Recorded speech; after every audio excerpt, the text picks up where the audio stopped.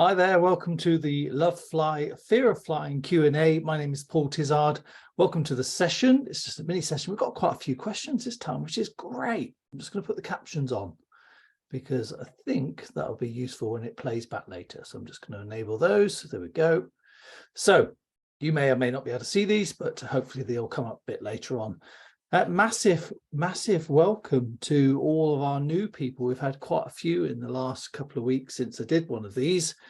I'm a little bit embarrassed to say I haven't done this since I didn't do one last week, and no excuses. It's just got really busy, and it's just there's no reason I've got nothing I can say. It's just been busy, but I'm really pleased that we've been able to do it this week. And importantly, we've got loads and loads of questions, which is great. So thanks ever so much for doing those. So again, welcome to the new members. This is something that's supposed to happen weekly. It was my original intention, but unfortunately it's been sort of the last probably month, it's jumped to every 2 weeks. And I don't know why that is, but the idea is that we come on here and people, just because in this private Facebook group, you can ask anything you like. And if we can answer it, we will do. And if we can't, there and then we'll find out later and post it in the comments below. Also, if there's a question that's prompted by the session tonight or anything else that comes up, just post it in the Facebook group, maybe underneath this thread that's going to be live shortly, and then you can just, hopefully you'll get your answer later on. Just gonna have some water. So this week we've got the podcast this week is The Life of Lindsay. So if you follow her on Instagram, it's at The Life of Lindsay. Now, Lindsay, I won't give too much away, but her podcast is out tomorrow, and we spoke at the weekend. So it's quite a live one as well. So she lives in Dubai at the moment, and she was a nervous flyer, got over it, became a nervous flyer again, and now she's fighting it again. And I think the interesting twist is how she beat her fear of flying the first time round. So not going to give anything away, no plot spoilers. But yes, if you can dial into the Lovefly Fear of Flying podcast, which is out every Wednesday morning normally, and it comes out at 7 o'clock UK time, then you'll be able to listen to that episode, and it's always good. So keep coming forward. I've got quite a few people now that queued up to come on who are nervous flyers or at different stages of beating their fear, and we love those because people really like people from the community to be telling their stories, as well as the experts, etc., that we get on as well. So we've got 5 questions so far. So the first one I'm going to start with is from Amalia, and Amalia came on the webinar and 30-day program as well, I remember, and she has got some more questions, which is good. And she's asking about blood clots. Are you susceptible because you're up there flying? And obviously there's 2 parts to this question. The first part being, if you then move around to try and deal with the blood clots because you want to kiss movement is good, then what's the problem with unexpected turbulence? And this is a really good question. So it's a very good question, because I think it's one of those ones which a lot of people often concern themselves with, because they think, well, I want to move about, but then what if? Now, of course, there's always a chance of unexpected turbulence, but it's not as unexpected as you might think, and it's not that we're going along all the time. It's kind of like 50-50 whether it's going to happen or not. Most of the time, the pilots have a fairly good idea when something's going to happen. So whether they'll get it from their weather reports before they take off or from the flight planning, they might have some ideas. But of course, things move because it's a mathematical model and it's a particular time. And so we can be in a completely, 100 foot to the side of that, and then we'll be in a different weather system. So we don't always know exactly. But what also happens, because remember, we've got pilots there, they've got minimum separation above, front and behind, but you've got lots of other airlines flying the same route. And what tends to happen, and I used to see this a lot when I was able to go up into the flight deck, is that the pilots are always talking they've got their own sort of pilot channel where they can talk to each other, where they'll tell each other what's the chop like at such and such 1,000 feet and what's it like at this heading. And so they're always talking to each other, And then they also can check in with air traffic, so that they are monitoring this all the time anyway. So I'm just going to let in a guest. You'll be pleased. And this is Captain Steve Bull, captain of our hearts. Steve, this is recorded and live. Here he is. Hello, everyone. How are you? Yeah, very good. Yeah, so I was just talking about, well, actually, you might be able to answer this as well. So I'm just going to change your name from Boomer, because, that's... Oh, yes. Which is nice, yes, but I think Boomer's probably a nickname and we don't want to know why. So somebody was just asking me, it was Amali was asking about blood clots and are you more susceptible when you're up in the air, and about moving around, but obviously there's the challenge of unexpected turbulence. So I've just said what your lot are doing when that to manage around that. So I don't need you to do anything, you can just stand there. But the thing I'll say about blood clots is that there's a lot of this in the media. People talk about that you're being really susceptible to blood clots, but no more so than if you just sat in a sort of quite a small chair at home. So the challenge is actually that when do we ever just sit still for 8-10 hours? And so the blood clot thing was, they called it economy class syndrome. And one of our guys, David Gott, used to talk about this all the time and say it was one of those sort of media myths. Now, of course, if you're in reasonable health and you've got water and you're not drinking too much and all the rest of it when you get on board an aircraft, I mean drinking as an alcohol, and you move about a bit, then there's no reason why you'd be susceptible to a blood clot any more than anybody else would. And there's also, this was first spotted during the Second World War, then people were down in these subways and stuff, and they found that then people were getting blood clots because they were sitting in confined spaces and not moving much. And then it became like this thing that you're going to get it, and it's been linked to aircraft. But the reality is there are things that you can do about that. So I would say definitely get up and move around, and the chances of unexpected turbulence are pretty slim. Wouldn't you say that, Steve? Absolutely. Turbulence is something that forecasters are so good now, meteorologists and stuff. So we do actually know on a route now how turbulent the air may be. That said, of course, it can always happen unexpectedly. But the degrees of severity of turbulence, as you've probably heard us talk about before, are there's 3 types, and it's very, very rare that you get really, really bad turbulence. Yeah. It's not dangerous; it's just uncomfortable. Yeah, brilliant. Okay, thank you. So I was going to, there's a couple of questions that I can answer, and then we'll do one. I've got 2 for you today, Steve. So thank you. I'm glad that you were able to come along. You're the Facebook favorite. You know that, don't you? So this is what he looks like. This is he. This is the voice of Captain Steve on the podcast. So yeah, he's a real person. Everything, not an actor. So the first one I'll answer about is this is a little bit of a grim one, so sort of trigger award, but trigger alert. Catherine said about when people are sick on board, what happens? How good are the cleaning and all the rest of it? And does the stink stay around? And I thought it's a reasonable question, because a lot of people are quite triggered by the smell of that, and I can't stand it myself. But so one of the things I've seen is that we've got really good products. So the crew are very quick to clean stuff up like this. It's just part of the job, and that's what you do. We've also got squirty stuff which cleans it up and gets rid of the smell as much as you can. But when you land, it gets thoroughly cleaned, because obviously if that seat was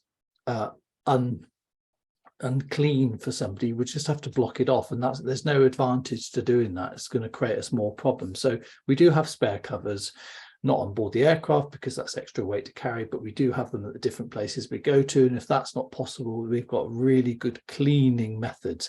Now, on a short flight, such as, like one of your charter aircraft where they've got a quicker turnaround, they might not have time to get in, change the seats and all the rest of it. But on a long haul carrier, you've got a bit more time on the turnaround that you can do a really, really thorough clean. So I would say you're very unlikely to come across that. The other thing about when you're on board the aircraft, unlike sat somewhere in a coach or in your classroom, for example, the air is changed every 2 to 3 minutes, and you've got these HEPA filters, which is bringing in clean air all the time. So it's not like it's going to be stagnant like it would in a normal environment.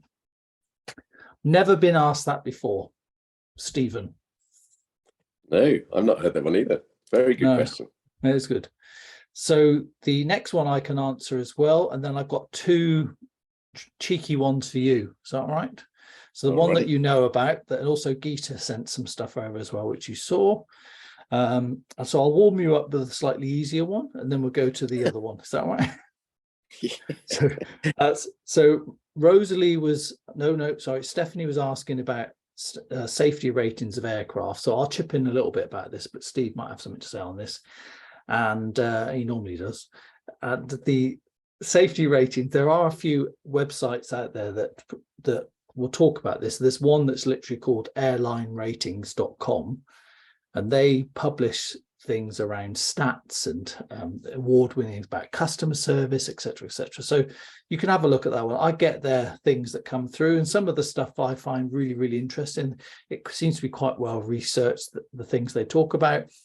The other thing, there's another one called flightsafety.org, which I've only just found today when I was looking around. I couldn't find their website before, and they do lots and lots of stuff. That's been going for a long time.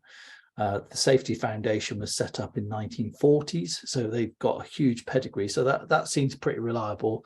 And the other one, which Johnny Jasper works for, is IATA.org, IATA.org, and they have loads and loads of stuff there around safety and things like that. So those are quite reliable websites that you can go to.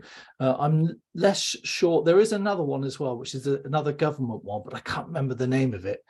But we always used to say about aircraft, if it's in your zone, if it's flying in your airspace, then it has to meet the same FAA or CAA or whichever place that you're come under, has to meet the same standards. So I don't know if that helps you, Stephanie, but that's my answer. I don't know if anything for you to chip in on that one, Steve. No, I think you've covered that absolutely. Amazing. Every country is regulated by their own authority, and over here the Civil Aviation Authority, America, the FAA, Federal Aviation Authority, etc., etc. I always think it's quite interesting because they say, like such and such airline is the safest airline, but it's like the margins are so amazing for safety anyway. It's like, I don't know how they decide that this airline's safer than all these others, because it's just like, it's an incredibly safe industry, full stop. Anyway, right, this is the first one. So this one's come from Louisa, and she said, I want to get the actual message out because this one is, I thought was a really good, quite a thorough one. And it's, there we go. Now, Louisa asked, is there any event like lightning hitting the wing, etc., other than a human error which could cause a plane to fall right out of the sky?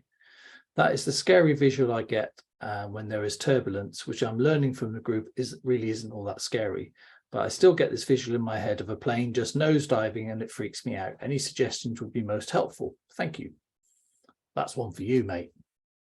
Wow, lots of things in there. So first of all, will I cover the lightning thing there? Yeah, do that. Do it. Yeah.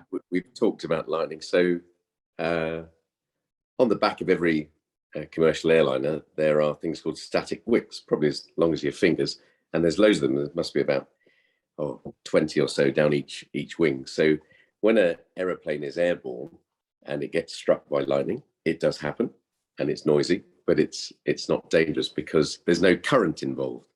Okay, like a bird on a wire. Okay, as long as their feet are on the wire and they're not connected to the ground, then that's absolutely not a problem. So there's many thousand volts going through the aeroplane, of course. You can actually even see it conduct down through the inside of the aeroplane, which to some people is a sci-fi dream, of course, but it's not dangerous. And the electricity that's caused, the voltage, then discharges out of the aeroplane through these static wicks. So there's some on the wing and there's some on the tail. So first of all, that's hopefully covered the the lightning. There are some amazing videos actually on YouTube of aeroplanes taking off and being struck by lightning. So quite fascinating, really. But it does happen.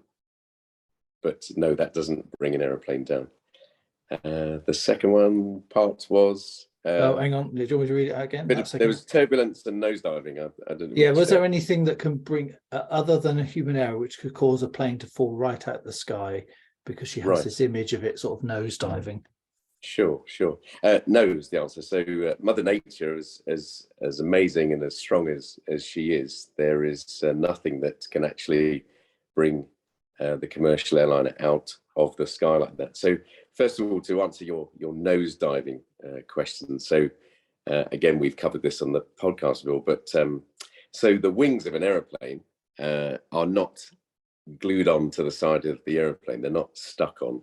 They're completely one piece. It's called a wing spar, and it's the body of the aeroplane that sits on the wing spar. Okay, that's the one that's bolted into this one. So yes, the wings do, they move, they flex, which they're designed to be, and sometimes people can freak out by looking out of the window and you can see the wings moving like this, but that's exactly what they're designed to do. They're meant to absolutely move with stresses and strains. So that's a good thing because they're so strong. So those wings are stuck to the airplane, and all the time that it's in the air, air is omnipresent. So air is always surrounding the aeroplane, and that provides lift. So an aeroplane will never, ever do this. So we've talked about even when the remote possibility, and it won't happen, but if you were to lose all engines and you become a glider, then it doesn't do this. It just glides like that, like a glider does. There's glider pilots all around the world. So yes, there's nothing to do with turbulence or Mother Nature will bring an aeroplane into a nosedive. So brilliant. Okay, that's only good. By pushing the controls of the aeroplane can you push the nose of the aeroplane forwards like that. So. And of course, you're not up there on your own, so you would be. I think there'd be some questions if you were. Absolutely, there's always two pilots at the controls at any one time. Yeah. Okay, thank you. So the question I've left you, the biggie, which is around about the safety of American flights. It says here, we do not have the same level of regulations that Europe has for flights, which is not actually true. But there's also, because there are international standards, I understand. I think this is more your bag actually. But then there's been some articles, there's been a review, and Geeta sent through some stuff as well, which I don't know if you had a chance to look at that, but I just wondered what your view on that, all that stuff that's been going on. Yeah, thank you. I did, Geeta. I did read the article, and I have to say I was very surprised myself also, particularly by the person that's involved in it. So this guy is a Delta Airlines or ex-Delta, and he's a union member. And I'm not sure, unions are always obviously fighting every company. Airlines are no different to the high street either, and obviously trying to improve working conditions, not safety conditions, but working conditions.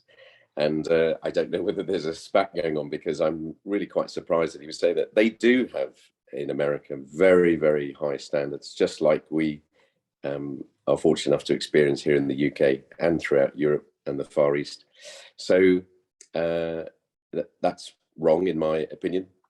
I flew for 32 years around the States. That's all I did for a while, being with Virgin Atlantic, crossing the Atlantic. So that's all we did. We flew around America, and I've been in their skies and never thought for one second that it's an environment that I didn't want to be in.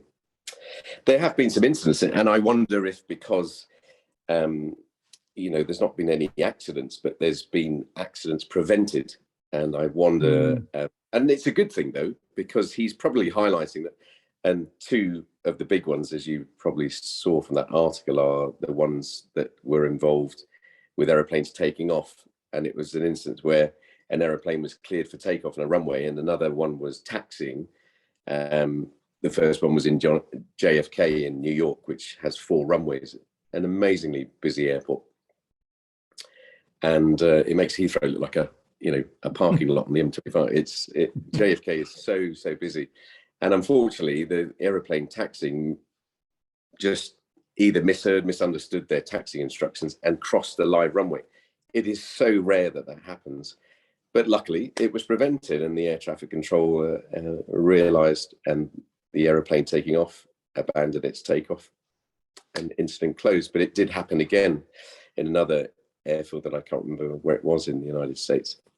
So it's a good thing that someone like this is highlighting it, and obviously that he's rapping on the door of the administrators and that. But if you look at it from another point of view, they were prevented, and it's great that all these measures are in place. But to say that it's unsafe, absolutely not. There's no way that the United States comes under anything like that remotely. So I think it's a good thing. Maybe he's created this thing, and they will address it, of course. But the safety standards that are in place at the minute are impeccable, and they will remain so. But now perhaps there will be even another layer of safety added on to preventing these instances. I hope that. I think so, because I know there was some, the report that Geeta sent over had some recommendations and stuff, which, I'm sure Geeta will share in the group as well. So these things get addressed. Now, I was listening to it, and I thought, I don't tend to react to things like that, because I think, well, everywhere around the world, at every airport, there's something taken off every 3 minutes. So the fact that I've heard about 2 this last couple of months didn't faze me, because but the thing is, there's always extra sort of procedures in place. So I'm not saying I should not being complacent, but I always thought, well, that's why you have backups, don't you? Why you have something, you have a procedure, and then if that doesn't get followed, then something else happens, and so and that's what they did. And as alarming as it sounds great for the media to have 2 quite close together. That's like fantastic. It's like that's going to sell coverage, isn't it? But so it didn't worry me, but maybe I don't think I'm being complacent. I think, and now I've heard what you said, I feel that I was on the right track. No, totally. And, to enhance on what you were saying, that there's 100,000 aeroplanes every single day, 100,000 aeroplanes every single day taking off and landing, and 2 instances in America, in a major state of obviously of the world. But you did hit the nail on the head, Paul. Did I? The media, the Washington Post. The Washington Post are no different to our newspapers over here, and anything that they, that article, whatever reference that Delta Airlines pilot was talking about, I have no doubt that that's been blown out of or taken out of context in some way to make very alarming reading. But you're right, Paul, it sells papers, because imagine reading, as Geeta did, we don't have the safety standards of Europe and the UK. Well, that's going to, make your eyes go straight to that article, and it will sell. So, yeah. Well, so hopefully, Rosalie, that answers your question. And I thought, when I saw it, I don't actually know enough about this. And so when I was speaking to Steve earlier, I said, any chance you're around this evening, so they can hear the voice of Captain Steve. They love your podcast, mate. They find them very reassuring. Episode 5, they can quote them off. Turbulence. Well, hopefully we can do some more, and if you like them that much. Well, we're doing one this weekend, in fact. So we've got somebody who's can I say, Melissa's joining us, who came on the webinar a couple of weeks ago, and she had loads and loads of questions, and she said, I'd love to do a podcast. And I said, well, how about you come and see if Steve's around? Why don't you just bombard him with all those questions you've got, and we'll do it as a sort of as a podcast. So that's what we're doing this Saturday. So that should be fun. Absolutely. So thanks. So glad that they help. Yeah, thanks ever so much, Steve. That's brilliant. Thank you for coming along, and thanks everyone for tuning into the Facebook Live. And like I say, a podcast out tomorrow, which is the life of Lindsay, who lives over in Dubai now, and I think you'll like that. It's a really nice, friendly one. It's about an hour. That seems to be the sort of sweet spot that we get to with most of these podcasts. And again, welcome to all the new joiners, and please keep recommending us to lots of other lovely humans who come join us. And we'll say goodbye for now. Ciao. Bye, everyone. Bye.